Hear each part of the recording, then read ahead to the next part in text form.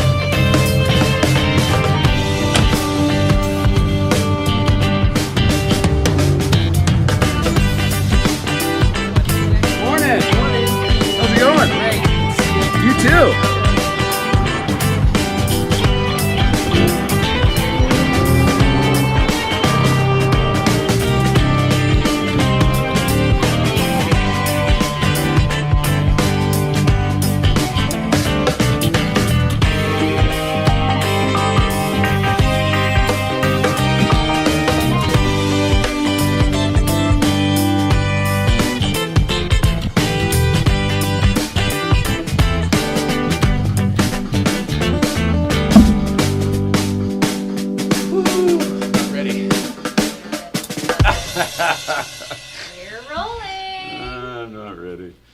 How was your weekend?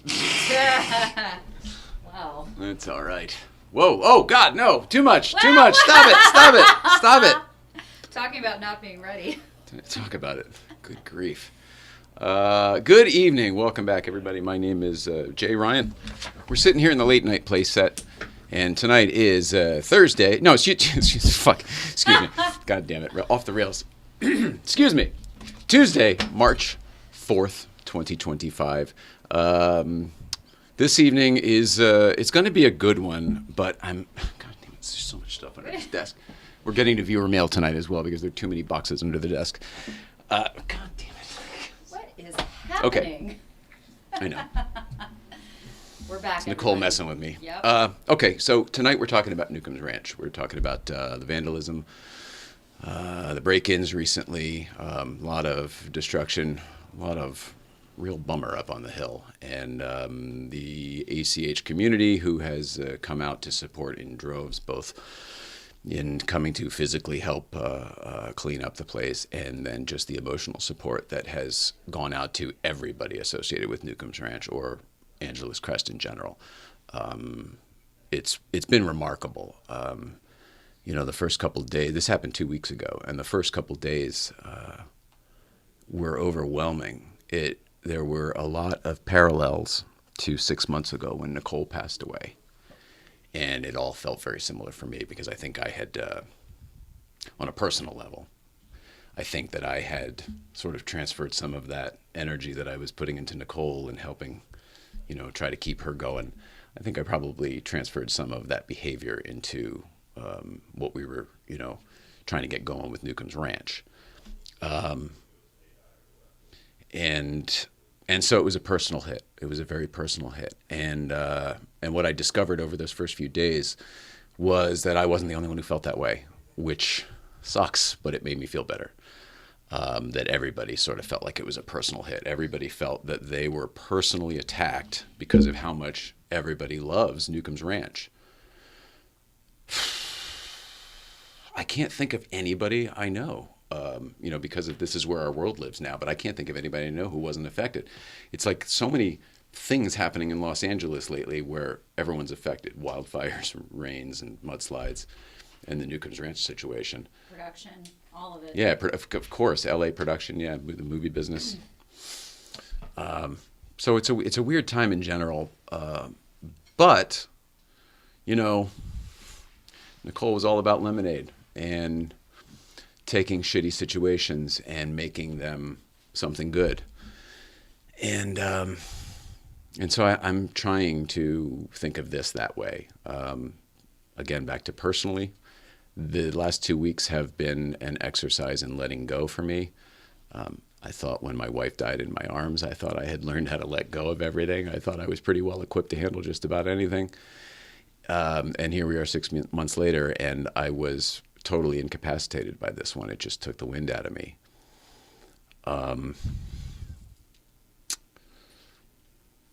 It's all a lot. It's a lot.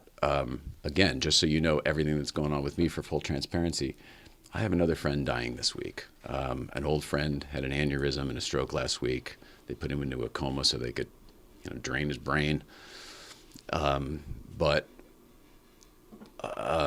we've entered a stage now where we're just on hospice and sort of it's a waiting game. So I'm doing all of that over again as well, going to the hospital every day and just kind of dealing with that. So there are just a tremendous amount of parallels. It does feel like everybody I know is going through stuff. The Newcombs thing will somehow pull us all together. I can't describe how or why, but if Nicole taught this community anything, it's just that life does throw you shit. And it's not your fault, and nobody's immune. It happens to all of us. And you have to pick up the pieces. You have to keep moving forward. You have to make that lemonade that she was so good at. You all know Nicole because of her boisterous laugh and gigantic smile. If you had any idea what was going on behind that when she gave you that smile and that laugh, you would really, really understand the true meaning of this lemonade thing I'm talking about. It's deep. It's a choice that I guess all of us have. She just taught me that I could make it, and I tried to ever since. So all of that to say, I really believe that this will be a good thing in the end. I already knew the ACH community was incredible, but seeing people that I'm not even that close with go up there and sweep things up and board up windows and, pick up trash and throw out damaged, broken items. And when I myself wasn't up there to do it, I emotionally wouldn't have been able to handle it. And then also, that's the other thing about this situation is, I can't say too much about it, but it's complicated. This is a complicated situation because it's not, there was I love the Galpin guys and the My Porsche Story video so much because of what it did for Nicole's story and telling that. But it also kind of put a little bit of, in the movie it says that we successfully purchased the ranch in 2024, which was not true. We had successfully gotten a deal to purchase the ranch. So technically this is all still the estate's problem. and that's its own sucky situation because I couldn't go up there. I had to just stay home and sit on my hands because they were going to take care of it. So, I mean, again, there's a lot of ins and outs to all of this. But I do think that we're going to come out on top at the end. The destruction at Newcomb's, I don't want to show any pictures. I can't look at it myself. It's heartbreaking. I don't like it. I don't want them out there. One day, Newcomb's will be awesome, and we'll all just love it again as our mountain home. But they broke every window in the building. And as much as that sucks, we would have had to replace all the windows at some point anyway, and the roof and, a bunch of other things. So it's kind of like, yes, it all sucks. But what are we going to do? Let's move on. Let's fix the windows. Everyone's bar stools are still in there, So I mean, there's like a lot of positives too, so because the community, that's all you guys, that's all of you. So the big question that I keep getting asked is is that it? Am I done? Can Jay Ryan handle any more? Tell you what, the universe wants to find out. And it's a very good question. It's a very valid question. But no, I'm not going anywhere.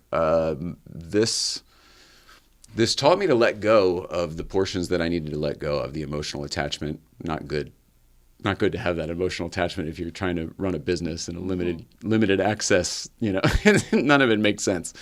This can't be an emotional thing. So I don't know.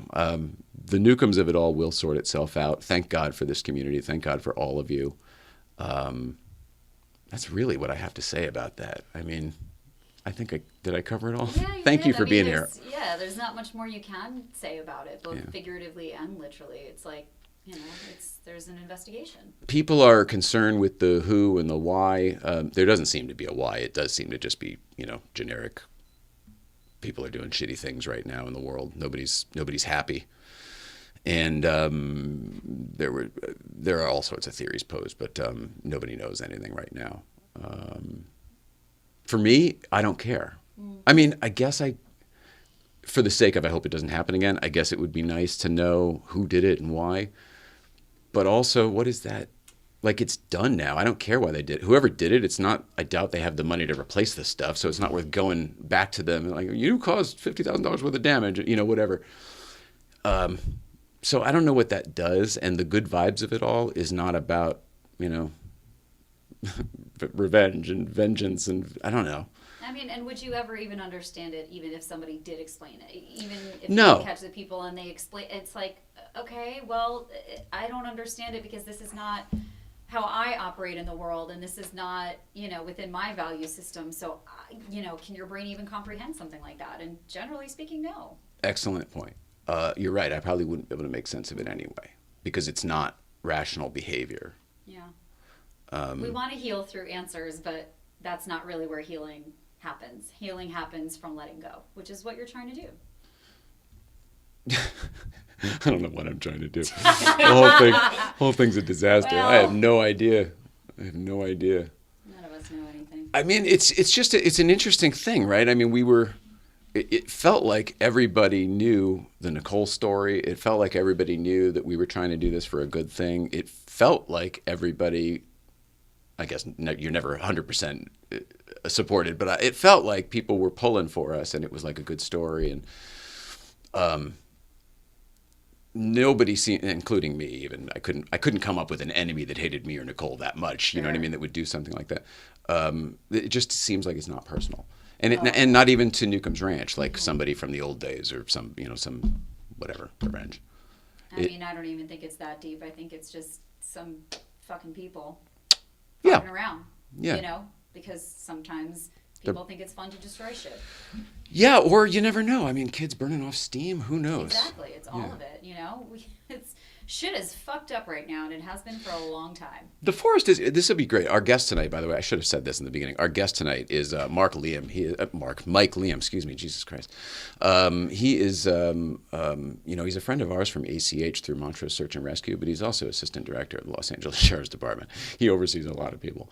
It'll be interesting to have his take in a few minutes in here for what the temperature of the mountain is currently, because the last few years, I think I've probably just been spending more time up there, coming home from Newcomb's in the dark with Nicole and things like that.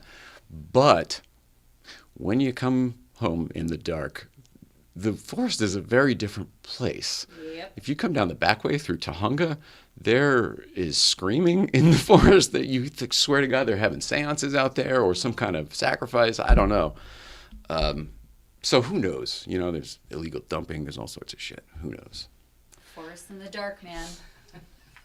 What does that mean? I mean, listen. Want to go camping? Like, what the heck? Jeez.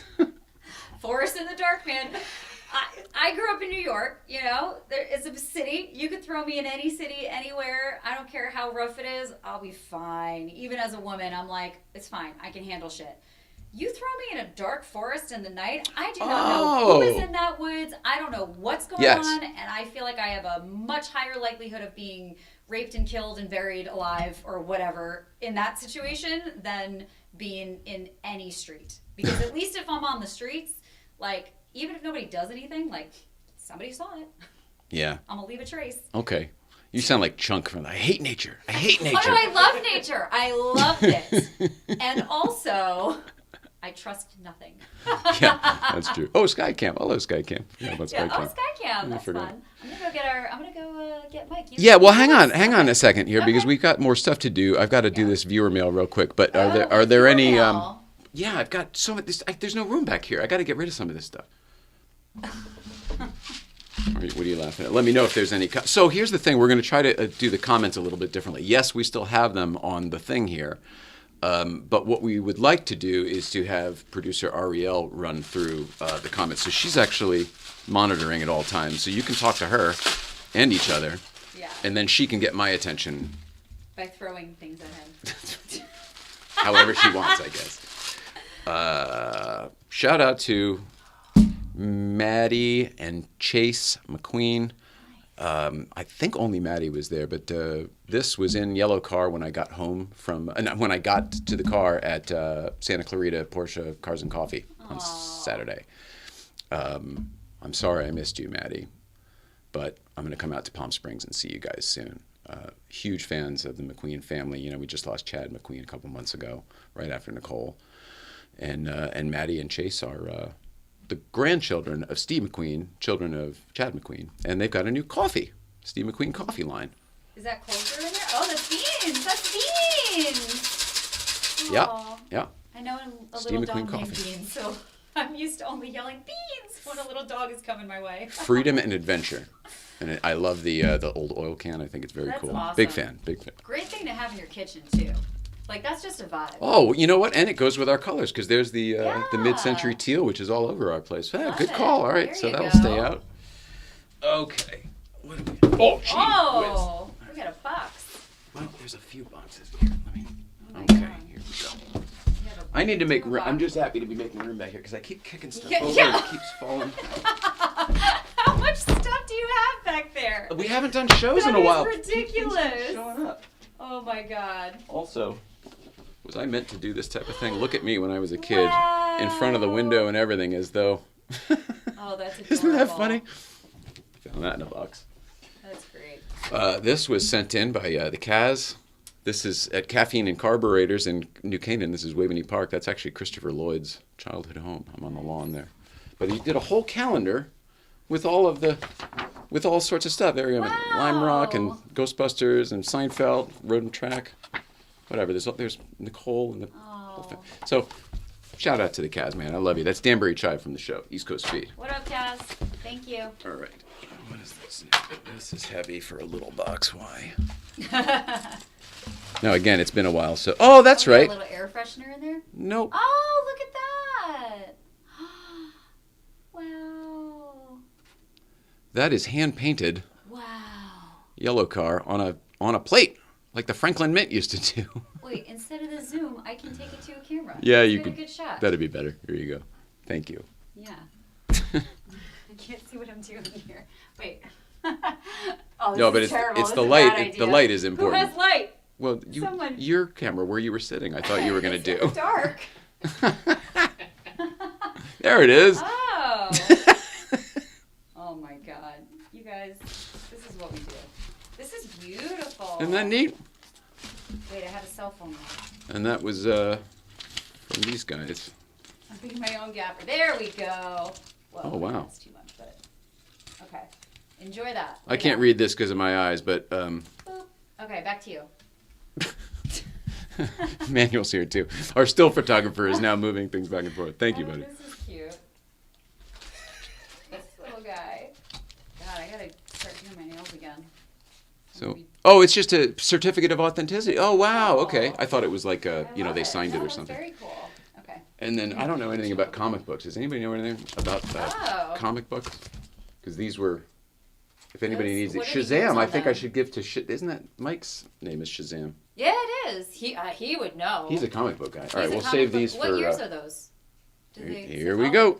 This I is got what boxes I'm to open. here. Let's Okay. see. Now this, oh, I know what this one is. This one I'm excited about. And I said, I have, God, I can't see. this is from a while ago. This is from our friends.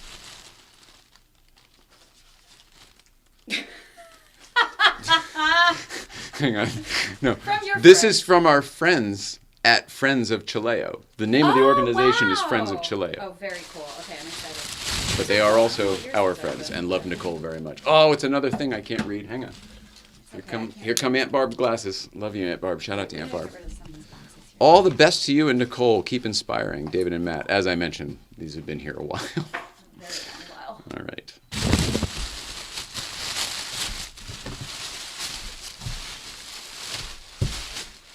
Oh. Oh, well, I see. Aw,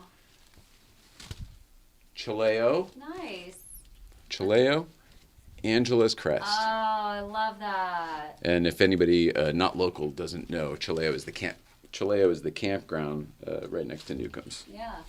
As you peep over your That's glasses. correct. That's correct.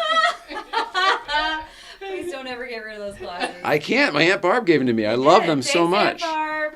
She gave me 2 pair of glasses as she saw me struggle driving around the country trying to read my iPhone. my She goes, "Would you God. just do me a favor? Just do me a favor. Just try these on."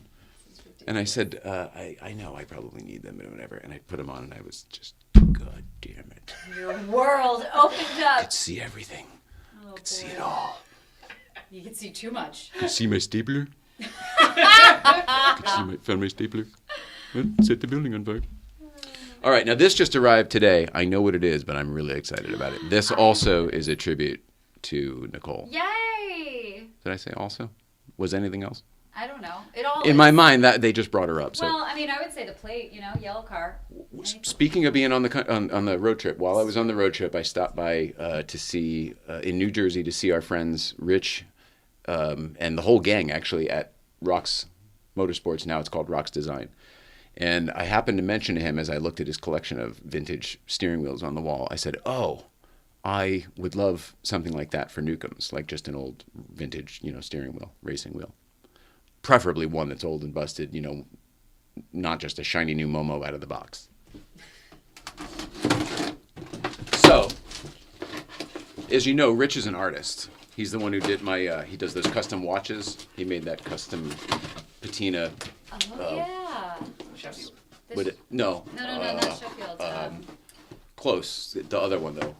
I know what you're talking AKA Rocks is what his Yeah. the watch handle is, but the watch is a Seiko, but it's a Rocks custom. God damn it. Here we go. about. Don't hurt yourself. I know, it would be terrible if I gashed myself open right as the search and rescue guy was going to come out. We have the right people for it. Emergency response. This is terrible. Jersey tape my is God. the pits. I'm gonna grab both of these. I'm gonna grab one. All right. Okay. Who wants beverages? All right. Now we're going to need the close-up cam on this one. Close up cam. Whoops-a-daisy. Okay. Oh, hell yeah. Are you ready? Yeah.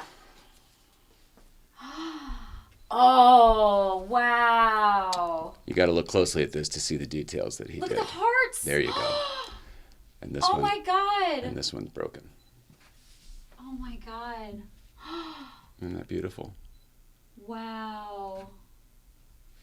Oh my God, I love this. Thank Broken you. hearts. So This take that is over to the so camera. Cool. Oh, y'all, check this out. Look at this. Where am I? Okay. So he made that custom 111 horn button out of a piece of leather in his shop, and he, drilled all the holes into hearts. And This is a broken heart. Let me get the camera. isn't that the coolest? This is so Like, talk about special. above and beyond. Yeah. And he patinaed the whole thing. There's. Oh my God. This is very hard to control. There we go. The broken heart. Wow. This is really special. It's wild. Wow. Wow. Wow. Wow. Yeah. If I could be so bold. Oh.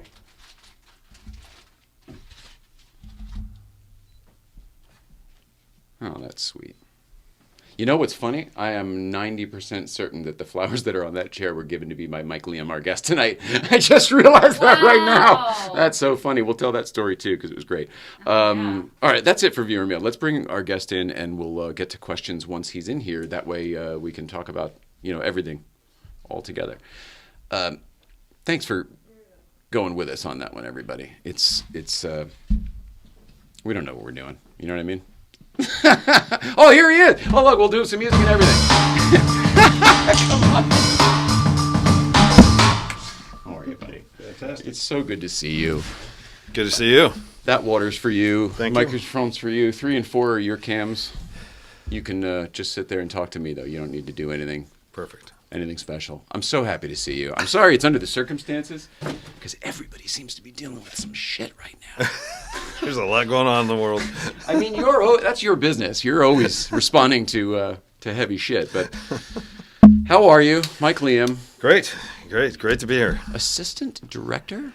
Yeah, so I wear a couple of hats for the Sheriff's Department. Okay. So my day job is an assistant director at Reserve Forces. But, that is being a manager, flying a desk.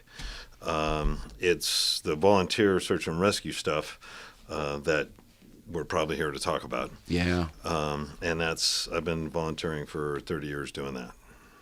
30 years. I'm old. Did you give these to me? Whoa! Aren't these the same ones that you Yes. gave to me? Wow. Yeah. So I brought them home that day, and I just put them on her chair as like a little thing. And then because they were just no kind of drying way. out, and I just sort of left them. It was a very interesting story. One day I was on my way up to Breakfast Club. I had just left the gas station, and I was at the light, about to take a left up the 2, and waiting for the green arrow, and I see a guy on a bicycle riding up, a block away, with flowers on a bicycle. It looked like it just was a comical visual, right? And sure enough, right as the light changes and I pull out into the intersection, so does the guy with the flowers. And he meets me right in the middle of the intersection, puts them right inside the car, and he goes, condolences from Montrose Search and Rescue Team. Yeah. I remember that. Well, that was a funny story I because came up to the top crying because you won't believe what just happened. I had bought those to give to my wife, who works a block from that intersection. So I was on my way there, and I'm thinking like, okay, well, God probably put me in this place with these flowers, seeing you across the intersection. I'm like, it's meant to be. And so I just So I took your wife's flowers. Yep, you did, but don't worry, she got some replacements. It's all good. Oh, well, you are the kind of guy that would do that. But That was perfect. That's okay. Well, I didn't realize that part. Does she want them back? They've all dried out now. Oh, I am honored that they're still here. It's amazing. But we all obviously felt, for you and, with heavy hearts for your loss. I was amazed that you all knew us. I mean, we wave at each other on the road. It's a family up there. I know that now. I know that now. We've all grown up there. My kids, they can't wait for Newcomb's to be open again because as little kids, we would go in there and get hot chocolate and chili and whatever. Really? Yeah. Are you from here? Are you from Los Angeles? Yes. My wife and I went to Hoover High School in Glendale. Wow. Yeah. And now we live over the hill in La Crescenta. So your whole life has been spent here? Yeah, it has. Wow. So how long have you been in law enforcement then? So I've been a volunteer reserve deputy sheriff for 30 years. Right, got that one. And then I've been a full-time employee with the Sheriff's Department in a civilian role for 20. Wow. So it's all sheriff all the time at my house. Well, it is. And then what I think about is you're one of the most active people I've ever seen in my life because you do post where you are. And, you might be at the beach with your wife, but you also might be in another country doing search and rescue or first response crisis I have a team short stuff. attention span. But am I right about that? You go everywhere. Yeah. You're not just on the Crest. No. And that all started actually with Jack Osborne when he called me after the war in Ukraine started. We were both talking about how tragic it was. A lot of innocent people, getting killed. And he was in contact with a group that was going over to rescue special needs orphans inside Ukraine because the orphanages, all of the people that worked there, they left to go home to their families. So now you had now just imagine not just orphans, but special needs orphans. And so Jack called me and says, all right, I got you, me, and one other spot. Who do you want to take? I said, well, considering the mission, I'm going to ask one of our fellow teammates who happens to be a pediatrician. And so the three of us went over to Ukraine together. And that was after I had known Jack for probably a couple of years. I mean, the reason you're sitting here today is because I saw last week that you did Jack Osborne's podcast. And I go, wait a second, you do podcasts? Come do my podcast. I had no idea. I didn't even know you were allowed to talk about this stuff. How long have you known Jack Osborne? And just for the viewers' sake, we are talking about Jack Osborne. Ozzy's kid. Yeah, Ozzy Sharon's kid. Just to say that Sure, real clear. yeah. Well, Kelly's brother. So a few years ago, I was voluntold to meet with him. Okay. And I was not excited about it. I'm not like a real big fan of Hollywood types, and so I figured, oh boy, I had really no desire in meeting with him, but I was told, well, he wants to do search and rescue, so you're going to talk to him. So okay. Why are you the liaison? Well, I guess that is your job. Yeah. It's literally your job. Yeah. Okay. Why you? And after like about an hour of talking to this guy, I realized, he's pretty grounded and seems like a really good dude. The real so he has a legit climbing resume as far as the Dolomites and a lot of other stuff that he's done. Really? So I threw it out there on the spot, and I said, well, I'm going climbing frozen waterfalls next week. I got a spot if you want to come. Thinking there's no chance. You're vetting him right now. Yeah, he said, I'm in. And he went. And he did great. He crushed it. He actually saved my life. Gee whiz. I kind of owe him for a while. Oh. A chunk of ice came down, hit me on the head, knocked me out, and he was my safety belayer. So luckily he didn't let go. Mid-climb you got knocked out? Wow. So that's one of those stories. we're talking unconscious for, I don't know, like 20 seconds or something. But that's one of those stories. Those are the people, they're normally coming to get you. Yeah. I mean, you're normally going to get them. Yeah. Oh, gee whiz. It's a contact sport. What can I say? Were you hanging on the side of the mountain when that happened? Like where? Yeah, I was climbing, and I was literally climbing a frozen waterfall. Fuck, how high up? Probably 100 feet, something like that. So, Wow. So you determined that Jack Osborne is the real deal. yes, he is. He's a good dude, solid, family man. He's got a gorgeous family, grounded. What I'm most impressed with is the physical capabilities he has, because he also Yes. has multiple sclerosis. And when he was Yes. first diagnosed, he called Nicole to somebody from the business put them together, and they Okay. were friends while he was first going through it. Well, that's another thing. And she said the same thing, that he was, Yeah. really quite a remarkable human. And that's another thing that Jack and I connected on, because in 1999, I was a anonymous bone marrow donor to a woman who had cancer, and she survived. She also had MS. And after the donation, her symptoms of MS completely stopped. And she's, here we are 25, 6 years later, and she's still going strong over Wow. on the East Coast. Yeah. So I've heard we had heard stories like that, where some sort of either transfusion or different things somehow then re-bioengineers the body. You change their DNA, essentially. I guess. Yeah. Wow. So it was Well, pretty you are a freaking lifesaver in many ways then. That's wild. Hey, if I can regrow it, you can have it.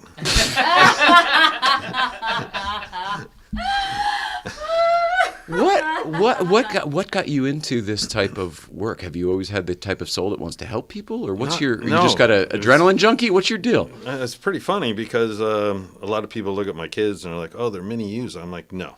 At their age, I was nowhere near the good human that they are. Oh. So, You're a hellion? no, not a hellion. Tyrant. But, I liked fast cars and Okay. fast food. Okay. So actually, my wife and I got engaged at Riverside Raceway, the very last race that they had. Before they closed it? Yeah. No kidding. Yeah, because I was Herbie one. Lovebug. A lot of Riverside. Huh? I was one of those guys. So in my 20s, I had an Alfetta GT that was all set up for time trialing with the Alfa Romeo Club. And so I was one of those guys and went up the crest, screaming up the crest in the middle of the night. And then I realized, this is probably not a good long-term plan. No, it's right. It's a numbers game for sure. Yeah, that's a very well said. That got me going to the track with the Alfa Romeo Club, time trialing with them. And then I realized, you know what, this is just not enough. So I sold the Alfa and bought a Formula Ford. And so I raced Formula Ford. And then my wife and I got engaged during a race. It was fun. That's so cute. Did you continue driving and racing? Not much longer after that, because my wife, kind of wanted to live in a house. There you go. Money has to go somewhere else. Okay.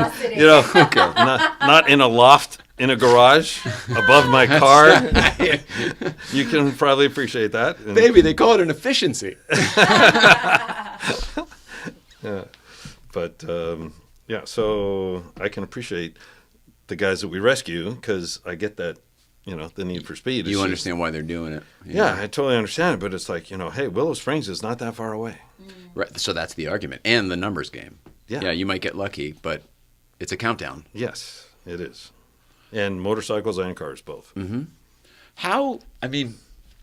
You've been going up there your whole life, it sounds like. How has it changed over the years? Is it better? Is it worse?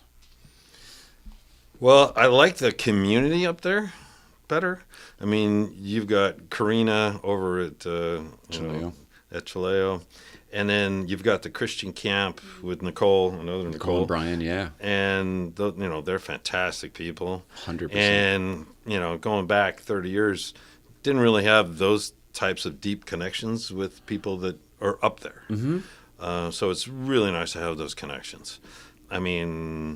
Nicole at the Christian camp, if we have an ongoing operation, a search or something, she just opens her doors and starts up the kitchen. Oh my God, I love it. It's amazing. It's really amazing. They're incredible people. When we were doing getting Newcomb sort of fixed up a little bit inside, and we were there Christmas time, because Nicole and she felt better up there. We tried to be up there as often as we could when she was still alive. And you know what I'm going to say?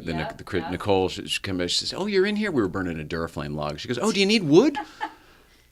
She and Brian come down with a whole trailer full of wood. They did it 3 more times the same season. They would just drop it off. They would just drop it off without even asking, and we would bring it in. They're amazing people. Some days, some of the good vibers will remember people you didn't know showing up with trays of breakfast sandwiches that were homemade and all wrapped in foil in the catering trays and everything. That was the Angeles Crest Christian Camp. Now having you at Newcomb's, man, we are all looking very much forward to getting that reestablished, because that is just part of our existence up there. Seriously. So tell me about that. From my memory, it was always a great support system for the agencies that support the mountain. Yes. You'll always see the Forest Service guys in there. You'll see us in there. And as much as you might hear about cops getting, deals, and we are more than happy to pay full price, because we want to make sure you stay in business. So we are not looking for any deals. That's good to know. Thank you. But that's funny, because the counter side of that is I want to do the pancake breakfast for the agencies the way that was done in my local town when I grew up, my small town. I'm sure there'll be plenty of that. But you yourself have grown the community before even having Newcomb's with Good Vibes Breakfast Club.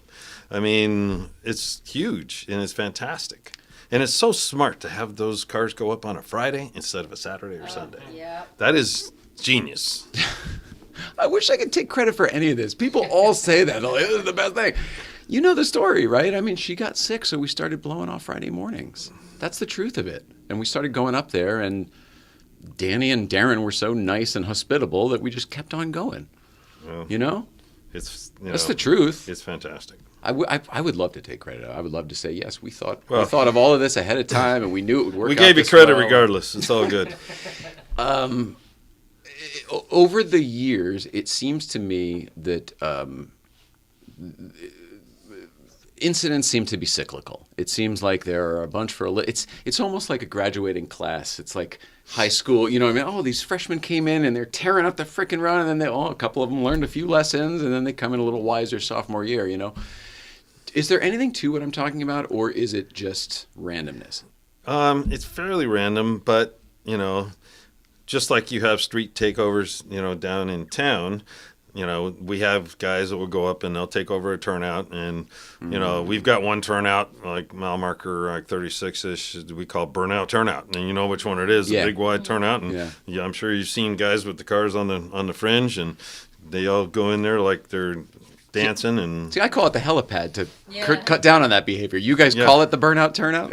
Yeah. I mean, everybody knows what you're talking about when you say burnout turnout on the radio. It's like, okay, I know where you're going. I'm on my way. Yeah. How do the radios work up there? You guys all have service and signal? Because, like, you know, we don't have cell phone signal. The CB reception is spotty. You get it in places. So our department has just switched over to digital radios. And so coverage is better as far as in more areas. Personally, I don't really like the digital radio sound. Right. I agree. But you're either connected or you're not. So you're either going to hear them or you're not. Oh, I see. Yeah. So you can't squelch it out like you used to be able to. So in the past, you might hear part of it or, you know, scratchy. Mm-hmm. You know, it's either all in or all out. Well, I don't know if that is good or bad, because it seems like you might miss some stuff too. Yeah, there's only a few places that are, you know, dead spots, like the corner past Mount Waterman, right around Buckhorn. That's a dead spot. Okay. And going into Buckhorn is a dead spot. So it doesn't matter what kind of radio you have. How far up have you been lately? I went up to Islip Saddle, so we're Highway 39. The closure, basically. Uh-huh. Okay. I've been hearing that Caltrans 8 from the other side is making good progress, but I haven't seen anything myself yet. The Caltrans 7 guys, they go, we've done what we can do. We're still helping, but it's their side. Yeah. It would be so nice to... Yeah.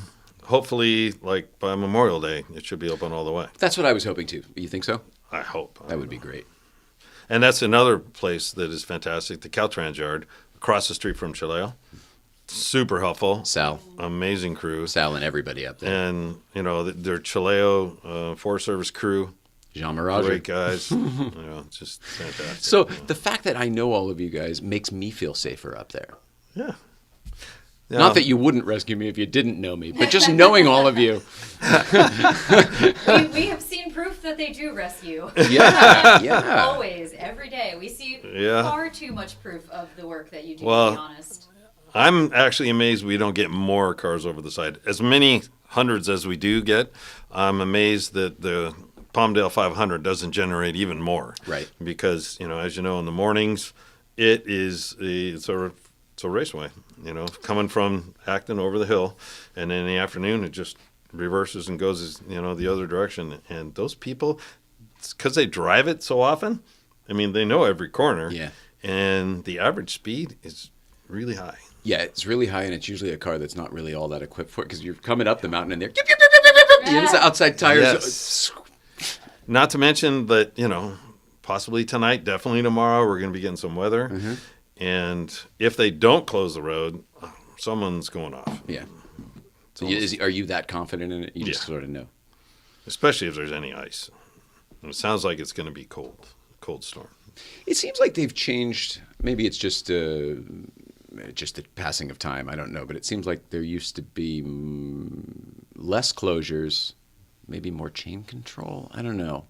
Have people become less responsible, so they just close the road now? Is that what it is? It seems like if you look back to like 10 years ago, there was nowhere near the amount of road closures as there are now. Right. And I think now it's just done out of an abundance of caution. Sure. Because they know what's going to happen. Yeah, nobody wants the liability, I'm sure, too. And, you know, to be honest, it's an inconvenience for hundreds of people, but all you got to do is go down to 14, down to 5. Right, there are other ways. You're going to get ways. the same place. That's a good attitude. You have a good attitude in general. Yeah. You know, you got to, if this way's closed, all right, fine, we got to go another way. Either way, you're going to get to the same place. If you got to go somewhere, you just, you know, you figure it out. You got to adjust. What's worse probably is when there is a crash, then both directions get, stopped while we respond, CHP responds, tow trucks. So I guess that's kind of part of it. There's more social media these days. And you, for one, you video some of this stuff, give me the stuff, I put it up, say, respect the crest. The public opinion seems to be that, there's more crashes lately, there's so many more. And my opinion, just observing from 10 years plus, is that that's not true. I remember going up on the weekends and they'd close it 3 times in a day for 3 different wrecks, 2 fatalities, 2 different bikes and a car went off and whatever. And it just seems like there's less of that. And maybe I'm wrong?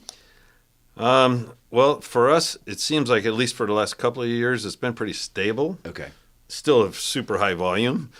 Because if you compare that to 15 years ago, our rescue team might have had 80 missions a year. Now we're doing like 140 missions a year. Holy moly. So, yeah. And because part of my day job, I'm responsible for all the rescue teams countywide. Last year, LA County Search and Rescue had 714 missions total in the county. Wow. So I don't know about other counties, but that's got to put us pretty high up there as far as number of missions. Yeah. And as you know, we have an unbelievable situation having Air Rescue 5 available to us. Talk about a resource. Oh, my gosh. Well, I tell people all the time, if you're going to get hurt in LA County. Because you're going to have us racing to get you. You're going to have Air 5 racing to get you. The fire department, the Forest Service. I mean, there's a lot of resources.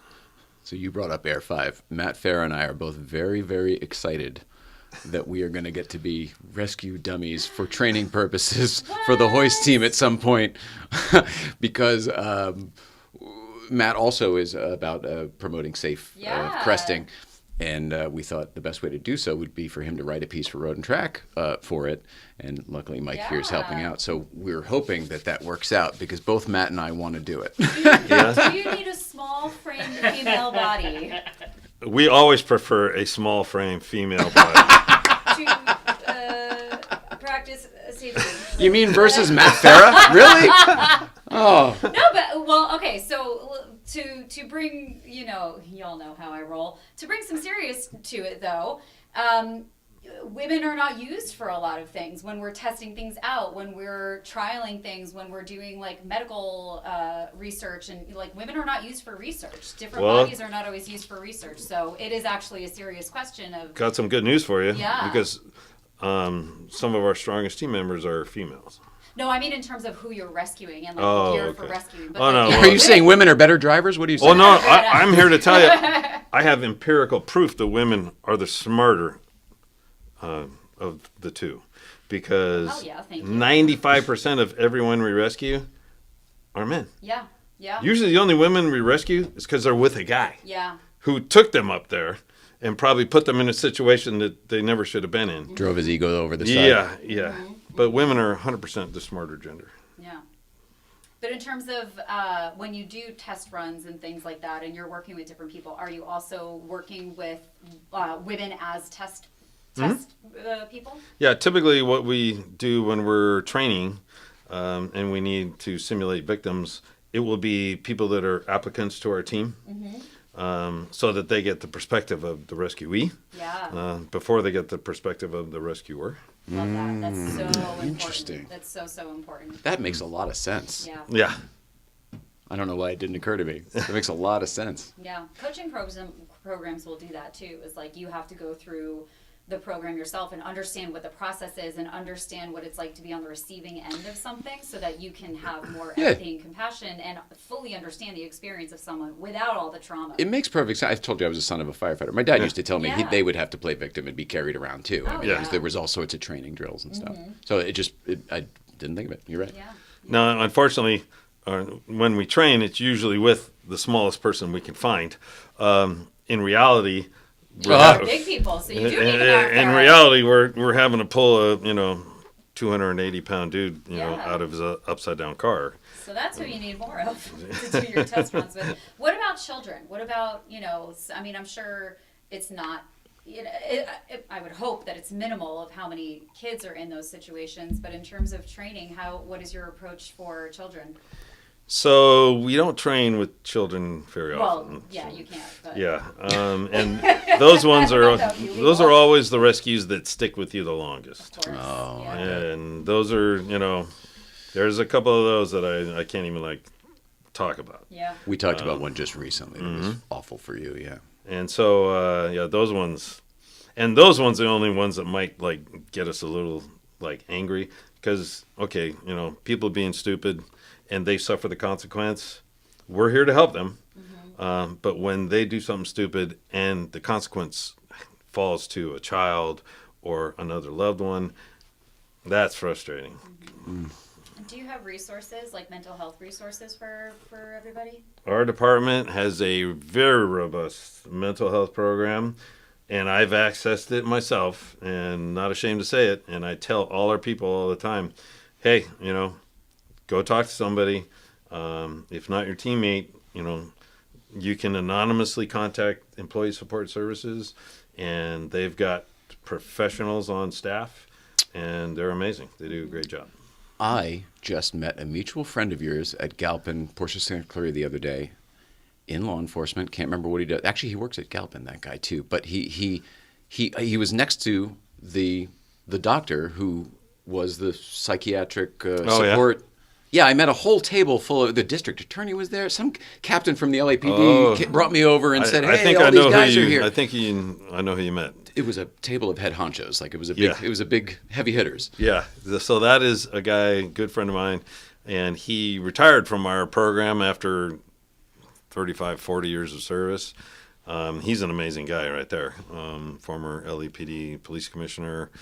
Yes. Long-time reserve deputy sheriff. Yes. Number 2 guy at Galpin Ford. That's exactly right. He's a VP up there or something. Yeah, that's right. Okay. Great guy. Great man. Well, there was a whole table full of great men, and they all seem to know you. He tends to surround himself with great men. Alan Scovin's the guy's name. Alan, right, Alan. Okay. Small world. Yeah. It's about to get a lot smaller as soon as you open Newcomb's. Really? Because everybody will come up? Oh, yeah. Oh, yeah. Well, that's great. No, we can't wait. Well, me neither. Yeah. There've been a few setbacks, a few headaches along the way. It'll work out. Work out. How do you get sent to other places around the globe? How does this work? Where is the dispatch that says, "Hey, Mike, we need you in Florida for the hurricane," or whatever? Well, to be clear, I don't get sent anywhere. What happens is with going to Turkey for the earthquake and going to North Carolina for the hurricane. Those events happened, and I felt like we have the ability to help some people. So I lined up the financing separate from the department, lined up a team to go, and through small world, connections, friends that, are able to pull this resource in and that resource. That's how we put these things together. And then literally when I'm sitting at the airport with this team ready to go, the department contacted me and said, because we were just going as private citizens, because I'm not into bureaucracy. I'm not really into asking permission. You're into action. Yeah. And if I see something that, should be done, needs to be done, I'm going to do it. So I let the department know. I'm like, hey, here's what we're doing. Here's who's going. No department connection or affiliation. Just want you to know this is what we're doing. And I got a text while we're sitting in the airport, hey, Mike, just want to let you know you are now officially on a department mission. So I'm like, wow. All right. Because that gave us coverage for workers' comp in case anybody got hurt. So that was super cool of the department to do. And after the success in Turkey, then they did it again when we went to North Carolina. Wow. And in Turkey, the entire deployment for 7 people cost a total of $3,000. Wow. Which was actually covered with private donations. Yeah. So, the airfare got donated and private funds were raised, and we ended up saving 3 people, which was, it was life-changing. It was awesome. Amazing. Found them in the rubble. Yeah. You want to show some of those photos? It's not as easy as Okay. it sounds. Yes, maybe, but only if I did this right. Yeah. And every time it ends up not being. So let's just see. Well, I'm hopeful, but We'll I didn't want to we'll say share some anything. on Instagram later. I was trying to figure it out silently. Okay, I think I'm good here. Let's see, and then I'll just go through these randomly, and you can tell me what they are. Is that all right? Sure. All right. There we go. This worked. What do we got here? So we actually that was in Romania when we went to Ukraine. So we had a safe house in Romania where we were staying, and then we were doing incursions into Ukraine from Romania, and that was literally just a horse-drawn buggy that was their means of transportation. And I thought, okay, I don't see that every day, so I had to take a picture of that. But it almost looks like it's got like 4th of July bannering around it. It's not. Yeah, that would be a like little those weird hats. there. Well, it was cold. It was like 30 degrees. Oh, okay. That's just blanket Yeah. blowing in the wind. Yeah. Okay. Let's see. What about this? So one of the other things I do is I'm a member of Team Rubicon, which is a veteran-led organization, and they are a disaster response, organization. And so I think in 2017 I joined them, just because I wanted to be more proactive. This was before I started doing my own deployments, and I realized our department doesn't really have the means to get us to different disasters. And so I joined Team Rubicon, and since joining them, I've been to 3 hurricanes. I went to Hurricane Harvey in Texas, Hurricane Ian in Florida, and then most recently Hurricane Irene. I can't believe you got it. I couldn't think of it. I was down there for 2 weeks later for the other one in Florida, Oh, or a month later, whatever.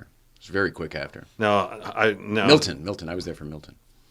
Oh, I think it was Hurricane Helene, right? Oh shit! You're Yeah, right. Yeah, Helene. damn it. And we went actually with the. You're a fact checker too. You got a lot of hats. We went with that was with the He did department. say But Team Rubicon is a fantastic organization. Anybody is interested to get their hands dirty and really do some good work, it's a great organization. For me, they tend to be more like relief, which is super important. I'm more like direct action rescue oriented. Okay. But everything I've ever done with Team Rubicon was fantastic, and the people I met, I made lifelong friends.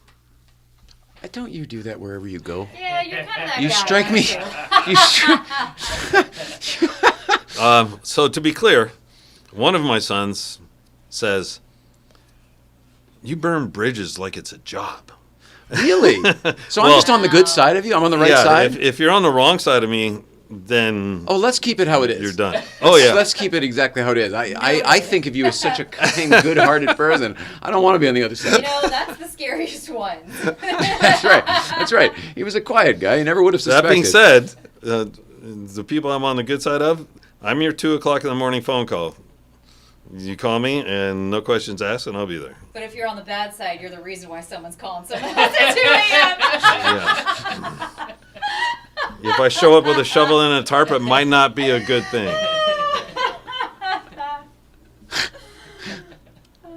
What do you think about Newcomb's and the So recent updates? having a break-in and vandalism at Newcomb's, it's like they went into my living room, and we all feel the same way. That being said, unfortunately, to be honest, as many years as it's been vacant, I'm kind of surprised it took that long for something that stupid to happen. Yeah. It still doesn't make it any easier. It still pisses us off. Well, there were 4 or 5 smaller ones, but I dealt with them. You know what I mean? Oh. Like they came and went. It was, they stole some stuff. Oh, they broke some stuff. They broke one window. But this was like more than I could handle. That's why the estate and everything got involved. And it was multiple times in a week. It was multiple because the building wasn't closed up. Well, I fast told you, enough, so- I'm more than happy to spend a night up there. Yeah, you were one of the for first security. people to reach out. Actually, that's Not a problem. No, that place is worth protecting. 100%. It seems to be a kind of a mountain home away from home for everybody. Yes. Bikers, car people, hikers, outdoors people, adventure people, Christian people. Now, do you also Christian camp. Christian did, camp. did you also get the apartment up the road there? It's all part of one parcel. Okay, Yeah, good. it's all one Great. one thing. I mean, in my perfect world, we would have it be an inn again, so there'd be overnight capacity. In my perfect world. Well, trust me. Not only are we glad that someone like yourself bought it, and the most important thing, intends it's to keep very it. complicated, but yes, intends to keep it that way because we were afraid, some organization could have come in, bought it, scraped it off the earth, and then put a fence or a wall up, and that was going to happen. Done their own thing. Yeah, it was gonna be that type of thing where what was there will be gone and a new thing will be put there and with different purpose, and that broke our hearts and the communities, and that's when we kind of got involved. Well, we're all glad you did. Oh, geez. Super glad. Yeah. The royal we, everyone, truly. What do you do for fun? How do you do you blow off steam anywhere? How do you relax? Rescues people for fun. That's what I mean. Do you get a massage? Have you ever had a massage? Volunteer efforts to other countries for fun? I don't know. I might sit on a couch and watch a movie. That would be Just relax. That's a rarity. Yeah. Can you turn your brain off like that? Yeah. Well, I don't know. My wife still claims I haven't processed the fires, that we responded to. Yeah. So I don't know. I just, Have you? I don't know. That's just the most recent crisis. Yeah. So let's talk about that because you're Well, driving. I'm still working on stuff from 10, 15 years ago. No. Do you mean getting it out of your head? Yeah. I bet I you mean, are. yeah, we're not very good at processing these things appropriately. And, my wife is always the one that is able to identify that. How does it come out? Does it come out in watching a movie where you get emotional about something else and then it just... Well, it can come out in a number of ways. Sometimes it will come out by doing a rescue similar to the one that bothers you, which is 100% what happened to me. So, we had a rescue, the one I can't talk about, involving a 12-year-old girl that I can't talk about. And that was awful. And then fast forward to almost 10 years after that incident, we had another car that went over the side of the Mount Wilson Road. Guy in a van. He was deceased when we got there. Mm-hmm. Okay, so if someone's already deceased when we get there and there's nothing we can do, it doesn't, I don't want to say it doesn't affect us, but there's nothing you could do. Right. And there was nothing we could do for this guy. But the same guy that I was inside this truck with a 12-year-old girl, keeping her alive, that same guy, he and I were on this other rescue. And, I was in the back of the van. He was in the front of the van. We look at each other, and he said, "Does this feel familiar?" I'm like, yeah, a little bit. And still, it wasn't that big a deal. And then I went home, and I just, broke down. Mm-hmm. And that's what made me contact Employee Support Services and say, "Hey, am I crazy or, what's going on?" And they're like, no, it's just a natural grieving process. It's all good. I'm like, okay, good. Glad to hear it.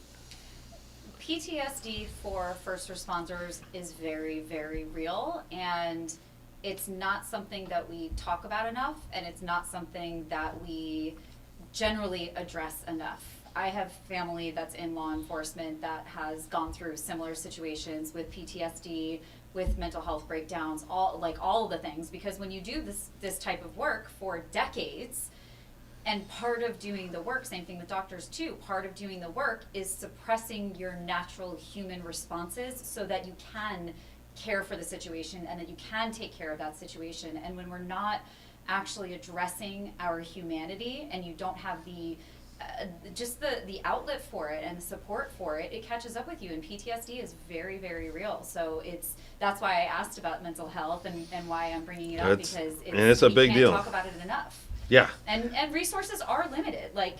In New York, it was very hard to find an organization to support first responders who are experiencing trauma. And it's horrible that that's the case, but it is the case. Well, it's been described to me by professionals that traumatic events are like a cup of coffee that you can't see into, and each traumatic event is another drop in the coffee cup. You never know which drop is going to bring it over the brim. Another great example that my captain gave me is, he said, we're like sponges. We suck up everybody's nastiness, everybody's bad stuff, and you got to wring out the sponge at some point. Wow. Yeah. And I thought, that's a good one. That's very good. And your body holds on to that trauma. Your body does, your brain does, your emotions do. It has to, the trauma cycle has to complete in one way or another, and your body and your somatic, so that's your body, it is going to do whatever it has to do to expel that trauma and to close that loop. And if you're not doing it in a way that's supportive and healthy, it does come out in unhealthy ways. And so, it is, we talk about it a lot on this show. We talk about mental health, especially now that I'm here. She's a sex coach, too. Yeah, so, I'm kind of always going to bring it back to that because, also we have a very high male audience. And I think the more we talk about these things with men, especially men in these positions of like the strong guy, the provider, the protector, it is a lot of pressure to be that person all the time. So I'm really happy that you're bringing up these points. When I first got involved with this, it was all about, suck it up, buttercup. Exactly, yeah. 100%. And now, for the better, it's more about like, hey, talk to your partners. Talk to your family. And my wife, she's amazing. She also knows, like, when I can and when I can't. She would love for me to, talk to her about it, but it's like, right after the event, not a chance. Mm-hmm. And she knows, but it comes out like in bits and pieces, down the road eventually. So having a supportive spouse is, mandatory. Amen. I'm glad you have that. Me too. Also, this guy. He's taking care of business as well. Oh, geez. Oh, gosh. What about this? Wait, were you, hang on, go back to that one for a second. Mm-hmm. Are you wearing a Ukraine shirt? Yes, I am. On another rescue mission? Yeah, that was actually in Florida, Hurricane... Irma? No. No. Ian, yeah. Ian, yeah. Yeah, so that was in Florida, and that was deployed with Team Rubicon. Yeah. That just clicked for me that it's like, oh, you're wearing something from your other mission on a new mission. That's a good point. You're observant on that one. Yeah, very good. What is this? So that right there, first day that we were on the ground in Turkey, we were given GPS coordinates and told, go here because there's a woman's voice heard yelling for help. And so we're like, boom, done. So we had our 3 rental cars and we go racing through the streets, and it's like Beirut. I mean, everything is just falling down, and the roadway was about 1 car width. And so we go to this location. There's that pile of rubble. There were probably 100 rescue workers working the pile, so we just jumped in there, and literally it was like bucket brigade of debris, just concrete in buckets and just moving it, and then trying to access further into the pile. During that process of rescuing her, there was another voice heard, a male voice, in a different location. So we're like, okay, now we have 2 missions going on at the same time, going after this woman. Now we got to go after the male voice. And so after about 4 hours, we were able to pull a woman out. She luckily only had moderate injuries. And then about 3 hours after that, we were able to pull the male out. Again, luckily only moderate injuries, because if you survived that earthquake, you were probably going to survive for a little while. Mm-hmm. Turns out it was mother and son. They were in different parts of the building. What the heck? Yeah, it was crazy. Wow. And that was day 1. Oh, my God. And so we were like, holy cow. So you saved him and reunited him. Yeah. Wow. So that was amazing. Is this the same? That's the same deployment. That's the group that I took over there, 7 of us. Wow. And everybody that I chose for a very specific reason, and some of the most solid people I know. Wow. So Incredible work. So how does it feel when you come home from something like that? I didn't realize you weren't being sent. I didn't realize this is, you're facilitating all of this, really. So you're doing it because you feel there's some draw to go do it. And then when you come home, having achieved what you set out to do you know what I'm saying? Is there any kind of emotional achievement, or not really, because your work is never done? Well, I like to say God gave me the will to help these people, and the department gave me the skill. So it's up to me to do something with it. Not everybody feels that way, man. Yeah. That is so well, rad. I mean, I'm just a guy. I mean, anybody could do exactly what I'm doing. You just got to commit yourself, and anybody could do it. Yes, but that's kind of the point. Anybody could do it, but people don't choose to commit themselves to it. You do. That's what makes it special. Maybe it's because they don't realize that they actually could do it. That, I think, is a very good point. People get overwhelmed, especially right now. When there's a lot going on, because you want to do everything, and people don't realize that it's like, but you can just do one tiny thing. You don't have to be Mike. You don't have to. I mean, what you do is extraordinary. But it's also that way. Anybody could do it. Yeah, and it didn't start that way, I'm sure. Like, it started by you doing one tiny thing. Yes, yeah. I'm just a guy. He's just a guy. Standing in front of a world, asking them, how can I help you? What do we got here? What is this? You're wearing the same jackets, but this looks like it's a historical site or something. Turns out the area, when we checked in at the airport in Turkey, there was a rescue check-in area, so I went there to check in, knowing they weren't going to have us there, because U.S. aid, unfortunately very popular in the news right now, but U.S. aid would not support our mission. So therefore, we were not connected. Wow. We had no connections once we hit the ground in Turkey. So I walked up to this check-in site, and I said, LA County Sheriff's Search and Rescue checking in. Guy on a computer says, "You mean LA County Fire?" Because they were already there, because they're part of a FEMA USAR task force. Does that work? Is it close enough? Well, I said no, LA County Sheriff's, and they're like, "Well, I don't have you in here." I'm like, go figure. My government, your government, doesn't surprise me. Why don't you just put us in? He's like, okay. So, boom, we got put in their system. And we got connected with their version of FEMA over there. Okay. And so that's how we got the GPS coordinates on day one of where to go. The way we ended up working that area is they showed me a map of all of Turkey that was affected, and they'd let us choose where do you want to work. And so I looked at the map, and LA County Fire was in the northern area, and I looked to the south, and I'm like, well, what's going on down here?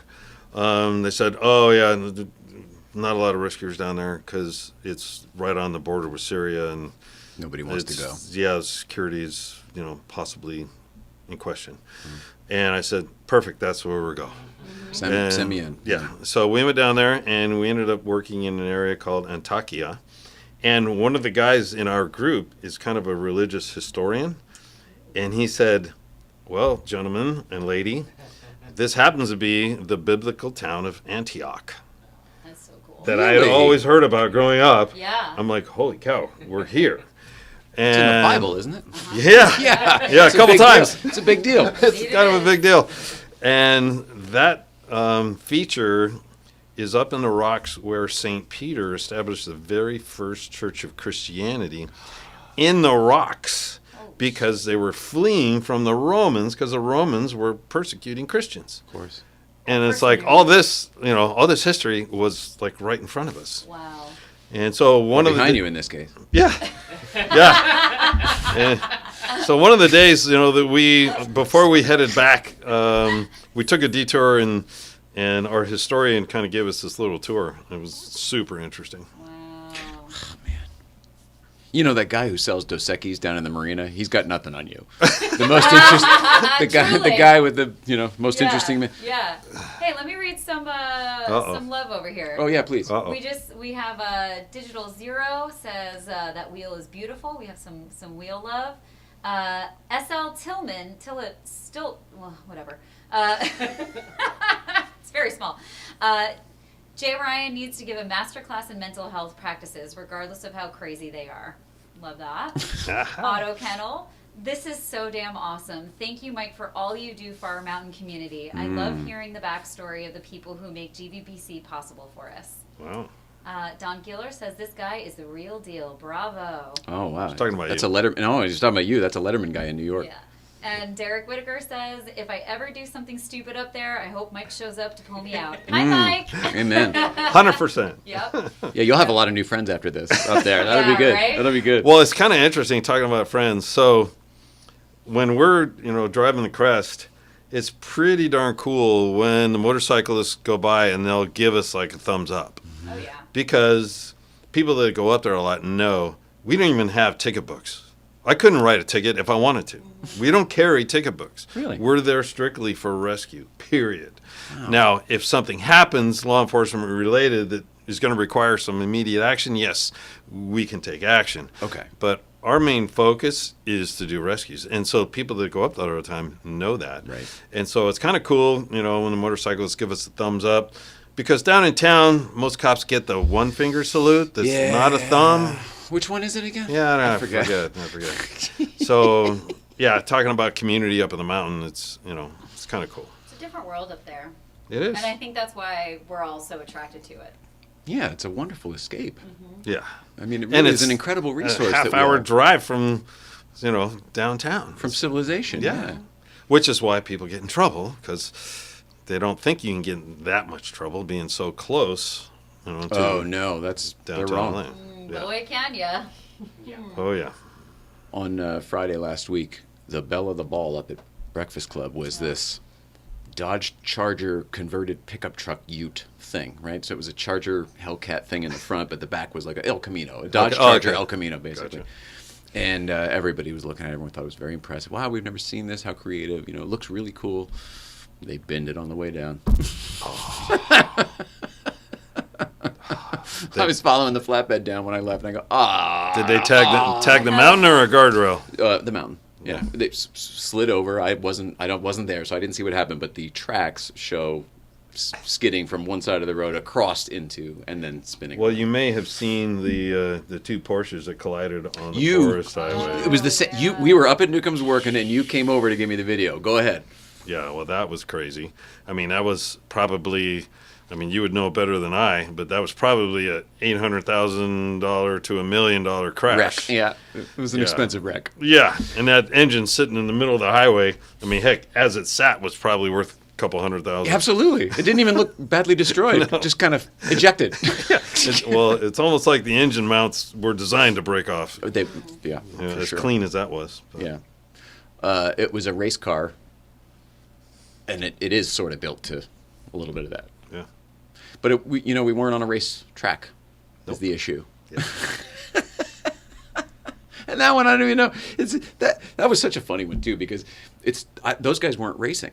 One guy was making a U-turn and didn't make it, had to 3-point it, and the other guy's coming too hot. Yeah. And then hits the back of his car, ejects the engine. I mean, it was hilarious. And there was Thank God nobody was hurt. Yeah, there was no major injuries. No. It's God. unbelievable.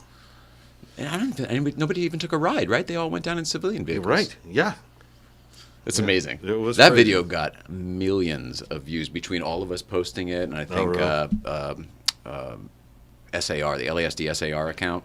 I run that account. You do? Yeah. It's one of my favorites. I love following it.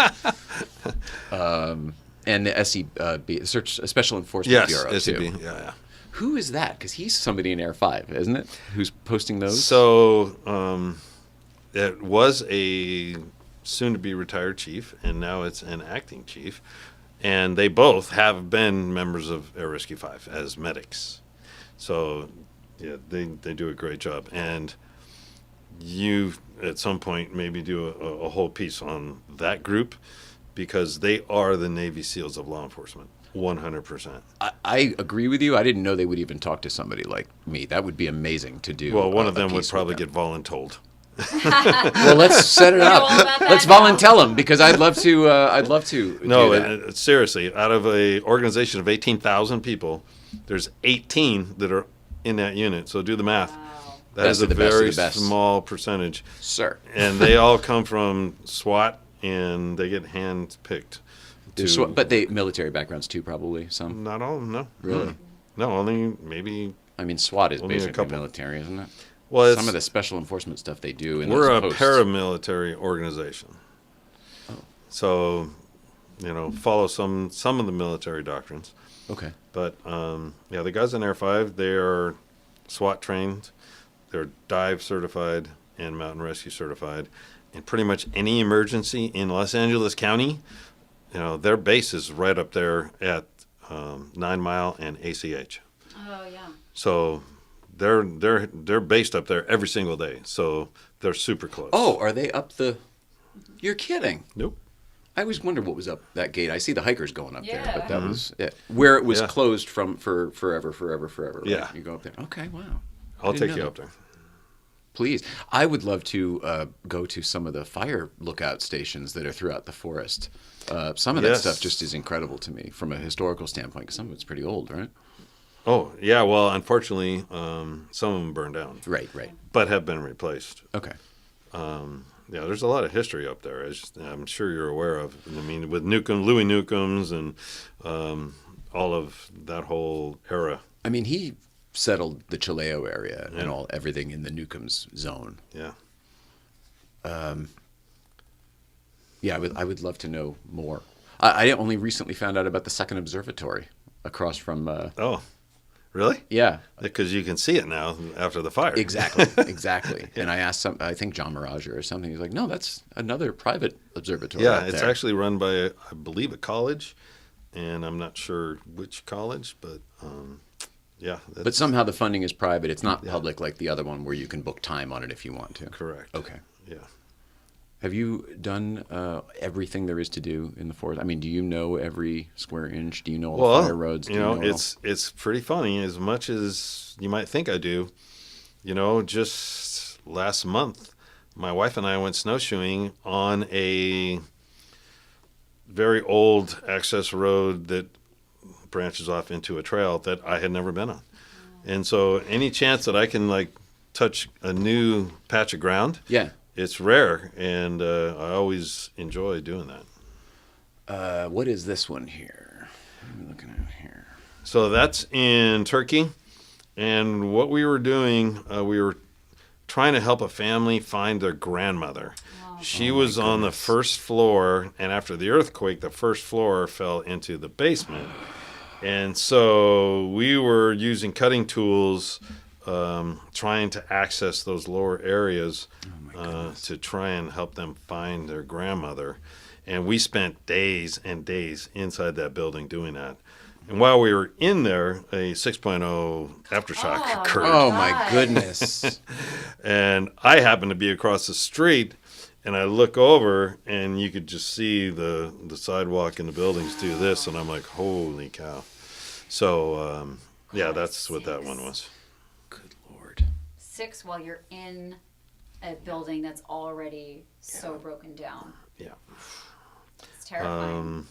And that was our last day there, and the gentleman laying down wearing jeans. So that is a 17-year-old dude that we rescued after being under the rubble for 10 days. Oh, my goodness. 10 days. Oh my God. Unbelievable. Oh, I know what I wanted to ask you. Sure. What advice do you have if you're ever somebody who is trapped in a situation like that? Like if you're in the rubble or if you're in the mountain, what can you share with people that could save their lives potentially? Well, conserving your energy is key. And the first thing you need to be thinking about is how to stay warm.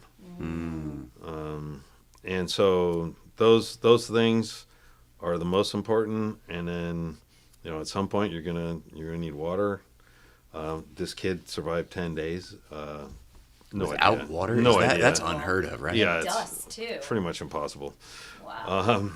But when you have these massive earthquakes, you get survivable spaces that get created when walls fall in on each other. There are spaces that are created. So there is survivability. If you're not dead already, then you got a pretty good chance. But at that point, it's up to you. Your only job is to survive long enough for someone like you to find them. Exactly. Okay. But I would say conserve energy, knock versus screaming, maybe. I don't know, making noise. Yeah. But making noise, Yeah. if you Maybe hear find a something, tool try to... like find a rock to bang against another rock versus your hand, so you're not now cutting yourself and bleeding, and now you have. But another... don't waste energy trying to Yeah. move like a Yeah. big slab of concrete that's not going to budge. But Just sit tight. Yeah. Ugh. Oh God, what a hard thing to. Have you ever been a victim in a car accident or in a rescue situation where you had to be taken care of? Has that ever happened? We talk about the training and seeing it from the other side. Yeah, I've had sports injuries and but I've crashed on the crest. Oh, okay. Oh wow. While riding a bicycle. Okay. Because one of the things I do is I train on a road bike, occasionally a mountain bike, but I was riding the crest on a road bike and was coming down the crest on a bicycle. You can go the same speed as a car, so you can go 35 no problem. And I was in apparently somebody's blind spot, and they didn't see me, and they kind of drifted over, which forced me into the dirt and then over the handlebars. Okay, they didn't collect you, but they shoved you off into... Okay. Yeah. Whew. And I mean, they had no idea. They didn't see me. Sometimes payback works because some random woman just, stopped and said, "Hey, do you need some help?" I'm like, "Yeah, I kind of do. Bike's busted. I'm busted." And she drove me down to Verdugo Hospital. So Where you would have gone anyway if you took a ride. Yeah. Isn't that where they send everybody? we send all our patients to Huntington Hospital. Oh, okay. All right. Yeah. Air 5 will fly to Huntington because that's a level 1 trauma center. I gotcha. It's further though, isn't it? But it's a better It's a facility. little bit for further. trauma. Okay. But for trauma, 100%. Yeah. Good grief. What are we looking? I know the answer to this, but what are we looking at here? Oh, so this was during the fires. That was the pack station up there at Chantry Flats. Mm-hmm. We were going to check on it to make sure it was okay. Mm-hmm. The vehicle was provided by Jaguar Land Rover North America. Yep. And we collaborated with them in North Carolina at Hurricane Helene because Asheville, North Carolina actually is where they have a driving school. Huh. And so the driving school shut down. And so the drivers there banded together, told Jaguar Land Rover North America, I'm just going to call it JLR. Mm-hmm. They said, "Hey, look, we got these awesome vehicles. We're available. Maybe we can help." So when we landed, we were literally met by a fleet of defenders. Whoa. Wow. I mean, I dream big. Yeah. I really do. Trust me. Not in my wildest dreams would I be met by a fleet of defenders. That is awesome. And having those guys attached to us, driving us around, was phenomenal because they all knew the area. Right. And we would go to a briefing in the morning that was given by FEMA and New York City Fire Department that was actually running that operation. And they had no local knowledge, nor should we expect them to. Right. But they would say, well, there's this little community over here on the map that nobody's been able to get to. And so our drivers would be like, well, yeah, that bridge is out, but we can take this little truck trail up here and go through Billy Bob's backyard. And we can get there. So it was that kind of local knowledge that was a game changer. Wow. Car fans may recognize, if you Yeah. look closely here, you'll see the motoring club on there because this particular Defender was run in the Rebel Rally. Yes. And We've- it's two a lot girls. of our guests have done that. Two girls are the pilot and co-pilot for I think that. the Rebel Rally is all girls. Yeah, Yeah. it is. Oh, okay. And The Lynn Woodward's done it. Emmy Hall has done it. Oh, And yeah. those girls are amazing. And I told the one who actually drives that around on a regular basis, I said, your next race, I want a wrench for you. Yeah, I mean, I'll support you. That'd be a blast. Yeah. I did not realize, by the way, the motoring club sticker on there when I selected photos. I was just, Perfect. going through Yeah. all your folders and being like, oh, this looks cool. Like, he looks badass there. It wasn't until you just pulled it up that I was like, oh, shit. Yeah. And I'm glad Chantry Flats is still standing. Yes. Yeah. Thank goodness. Because that pack station's been through it. I mean, Wow. disaster after disaster. Yeah. So, yeah, very glad that place is still standing. Who are these guys? They're a Forest Service crew that I recognize those shirts. we ran into during the fires. Oh, and yeah, I remember this photo because I was joking. I seriously lost the mustache war here. I think it's a three-way tie, and you're in second place. No, I am a distant fourth place. Well, I think it's a three-way tie for the three guys in look yellow. Look at that. Those. I mean, And give then me a yours- break. yours- He second. was good, and the guy all the way on the end. I would say they're Look at that. Okay, This- I think This we got a good split in the and middle. this are a three-way tie, and then over here on the left you have second place. Yeah, forget it. But your grimace makes up for it. Yeah, exactly. Yeah, Wow. that was hilarious. Those are I told these guys we got to take a photo. And I recognize her from NBC around the corner. Yeah, exactly. Oh yeah, you can see her jacket too. Lolita. Lolita, right. Yeah. So this is. She's fantastic. Where is this? We've done a bunch of stories together. Do you just call her and she comes out, kind of thing? Well, or she'll call me. Okay. If there's something, or they'll make a request to Sheriff's Information Bureau to talk to me about whatever the topic might be. So we have a great relationship with our local media, which is rare for police agencies. Typically, the media is not considered, a friend. Friendly. But when it comes to search and rescue stuff and getting the word out about hiking safety, storm safety, turn around, don't drown, the media is super helpful in getting that word out. Well, that's really good. It's nice to hear. Oh, look at this hero. Good grief. Love Wow. This was great. What on earth? I hear the Magnificent Seven in my head. Where are your friends? Love that. Look at that. I'm happy. Well, Who's so the horse? Not my horse, for sure. During the fires, there was a request to get our mounted enforcement detail. So deputies who ride horses for the department, to get them out there to canvass some of the backcountry areas. Less traversable areas kind of thing? Yeah, in the Santa Monica Mountains. And so they knew I had a contact with them. So I called the sergeant that runs that group. And they came out and did some great stuff and, let me, take a lap around the turnout there. Cool. So this is a PR photo? Well, back in the day, I played a little equestrian polo, and that was a blast. Nice. Really? And so I'd like to get out with these guys on the mounted enforcement detail and do some training with them. Trying to butter them up. Well, I Butter can't 'em up imagine. to get on that buttercup. Can't imagine any reason you wouldn't now. Yeah. I would This love looks to do severe. Is that Eaton or? That looks like Altadena. And that is the process where we were clearing properties literally like one at a time, deeming it safe for people to return. This is an incredible photo. Is this Yeah. one of Eric Fox's? This is like an incredible. I know it's a really good shot. The lighting is nuts. It could very well be Eric's. He's so talented. That's the only reason I ask. I follow him and I love all this stuff. Well, he always wants to know when I'm going out on patrol up in the mountains because he figures there's going to be stuff to take pictures of. Yeah, you're followed by carnage. What? Now this is beautiful. What is this? Oh, yeah. So that is Ukraine, and I just thought that was a super moving photo. This is a bus or a train? That is a bus, I believe.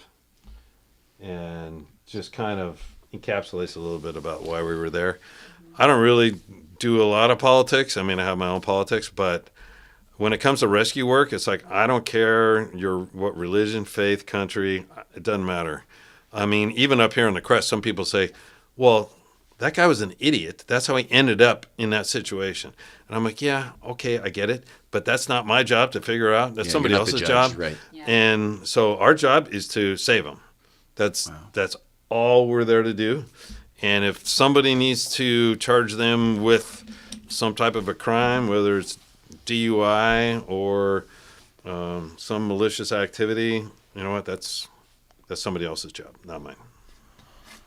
trying to go down the list here. How is it? Do we get to most of this I stuff? didn't know you had a list. Well, kind of. Nicole, we talked about Nicole. Jack Osborne, we talked about that. First Response and Crisis International, ACH and GVBC. You seem to be a fan of GVBC. I appreciate that. 100%.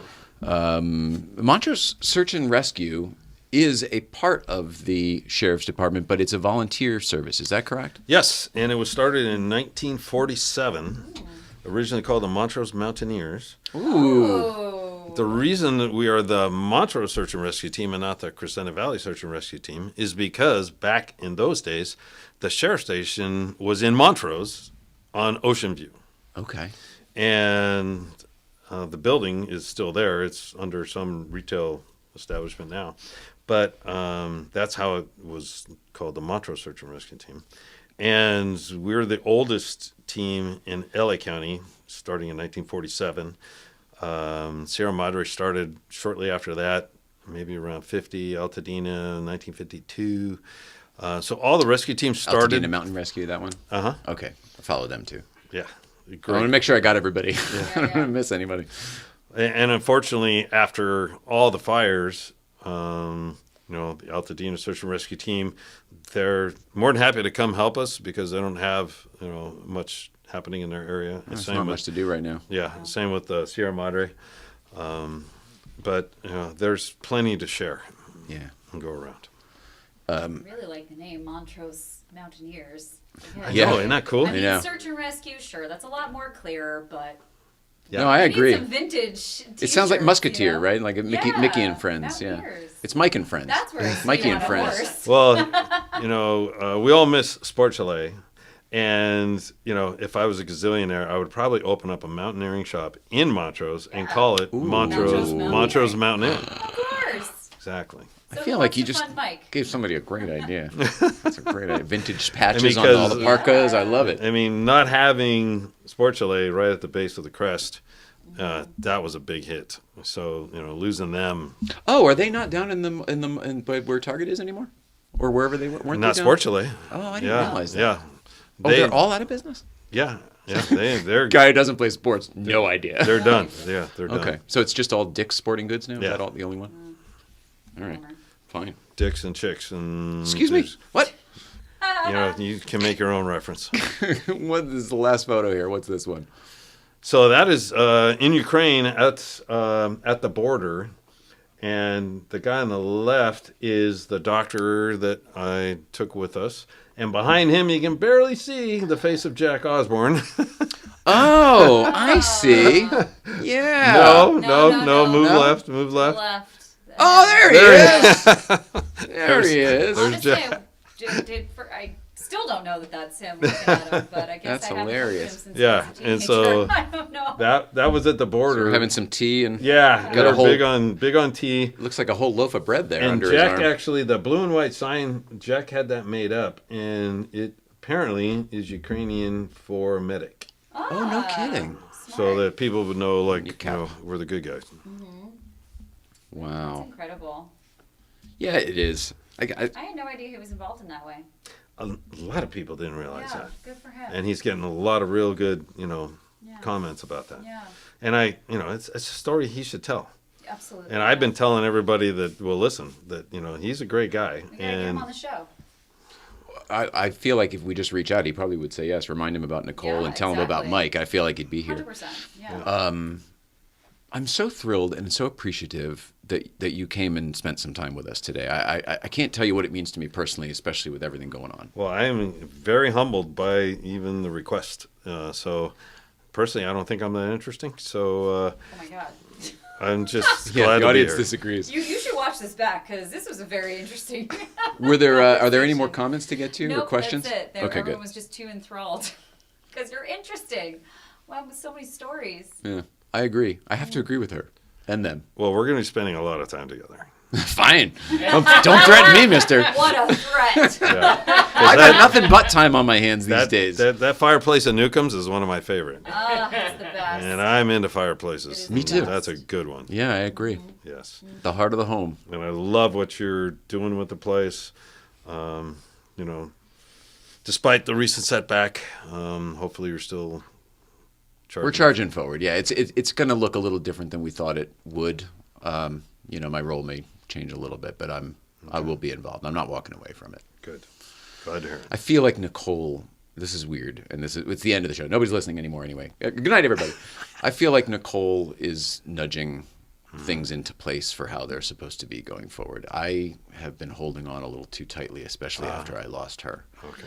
And I think to everything. And I needed a few lessons on letting go and loving myself and all the things that you need to do to be a good human. Good. So I believe this will end up working out to everyone's advantage. It'll be better. And for certain, it's better for the story. You know what I mean? The best success stories have the lowest rock bottoms, Yeah. And the fact that the community, all of the bikers, all of these people who have loved the place for years are the ones who came up and, stapled it back together, I think will only help its story going forward and have the whole community protect the place from here on out. It belongs to everybody. That's the weird thing. It's not really, it's a financial asset for someone to belong to, I guess, but really it belongs to everyone who is up there in the community and always has. So I think anybody who comes in and tries to do anything different than that will be surprised at the community's response, because it needs to stay the community's. That's my opinion. That is a perfect attitude. You know what I mean? We didn't come in. I'm not the guy who needs to own it. I'm the guy who doesn't want to own it. That's I don't need my wife I don't need that headache, But meanwhile, I think it's going to be great for everybody in the end. And I think we're going to have what we missed, and it'll be better. We are all looking forward to it.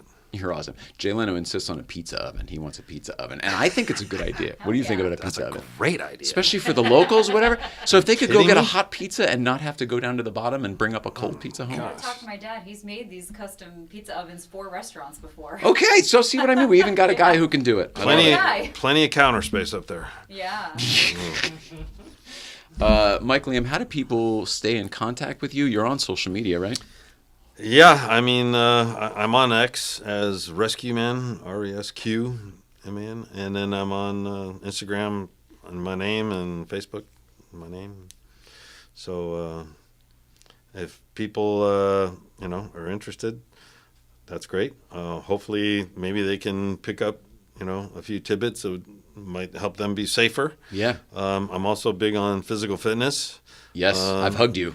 You sure are. Rock solid. Well, I mean, I feel like I have pretty good motivation. If people's lives depend on you being, physically prepared to help them, you better be ready. And I tell people all the time, especially the new people, I don't care how mad your skills are. If you can't get there, you're no good to anybody. Yeah. So you need to be able to strap on that 50-pound pack and take off in the middle of that snowstorm and climb that mountain and go rescue that person. So if you can't do that, find another hobby. There's a lot of wisdom. Respect the crest. Any other advice for anyone else? I love the fact that you came up with that. Respect the crest. I don't know if I came up with it. I never heard it from anybody. I've been around a while. All right. It struck me as there's a certain responsibility if you're going to traverse that road on a regular basis, and if you are not respecting it, it will get you. It's that simple. 100%. Period. Yeah. And it will win. Right. Period. The odds are against you. It's not just you. There are other people there. Yeah. If you're not respecting the crest, it's not just you that you're putting in danger. Well, you talk about, respect the crest. One of my sayings is a lot of our crash victims. Oh, I love this. First they ran out of talent, and then they ran out of road. Happens a lot. For me, sometimes the last person you pass is your first responder. So don't drive like a dick. Respect the crest. Yeah. It's true that so many people will go around somebody or whatever, and then they go flying off the next thing, and guess who's there to stop and whatever, the guy you just... Yeah. Well, it means the world to me, man. Well, so thanks. We are so glad to have you in our community. Please let me know if there's anything I can do. What I can do. Let me rephrase that. Please let me know what I can do I think at this point, assist and support you guys in the future. At this point, it's the reverse. Okay. We want to support you. Great. So whatever that requires, you have a little There will army. be painting days and fixing glass days and stuff in our future. There will be, yeah. Love it. Community effort for sure. I think we did all the stuff. Let's see. Oh, merchandise is new. T-shirt. Merchandise is new. I don't know if we can see it. Can we see it? Okay. You can go there. You can come in here, wherever you want. Let me. Where can I go? You can go wherever you want. You go somewhere, and then I'll see you. There we go. All right. We have T-shirt, See, let's go that way. Yep. And then we can see on the back. Yep. We've got a little live from Los Angeles. Wow. That's here. There are a whole bunch, and I guess you get to them through the YouTube page, right? So if anyone's watching us on YouTube right now, you can just scroll down and find it. Oh, really? Mhm. Oh, it's already there. Okay, Yeah. well, I'm going to put it in the chat also. Oh, perfect. I texted it to myself. And also, if it's not already on our Instagram, then it will be tonight. Right. Exactly. So get a t-shirt. Support us. We want to see you up the mountain with this because we'll be wearing it. Yeah, there are ladies sizes. This is a ladies, but This there are is ladies. ladies. There are different color designs. I think you can actually pick what colors you want on some Yeah, of them. there's like pink, probably blue. I'm sure there's gray, maybe white. I don't know. I just wear black, so. So yeah, get some merch. Okay. All right. And then that is probably it, right? Thank you. All right, so how do we got Mike Leum over here, your Babes and Classics. Babes and Classics. Manuel Carrillo over there, who's shooting for us today, doing stills. MC3 Films. Hello. Hello. Hello, Governor. Porsche Life Late Night Playset. I love you all. Thank you so much for listening to me blather in the beginning. I'm an emotional mess, but we're putting it together. Having this guy here was rock solid. It helped raise the bar. So thanks to everybody. Thank you for watching at home. I love you, and we'll see you out there. I don't remember who we have next week. Somebody? I can't remember. I Anybody? don't know yet. I don't think so. All right. I think we're still looking to fill that slot, so stay tuned. Shout out to my friend Sam, who may not be here next time we have a show. So I love you, buddy. Good night, everybody. Good night. We love you. All right. You did it. Did it. I hope it was kind of what you were looking for. I wasn't looking for anything of the conversation. It was great. I find you fascinating and wonderful and all the other good superlatives. All right, I'll go home and the wife will say, all right, hero man, take the trash out. Yeah. Right, you're back to- Listen, that's a hero's job. I've done that myself. I'll tell you. If I had someone to take my trash out, it'd be great. Yeah, she keeps me grounded.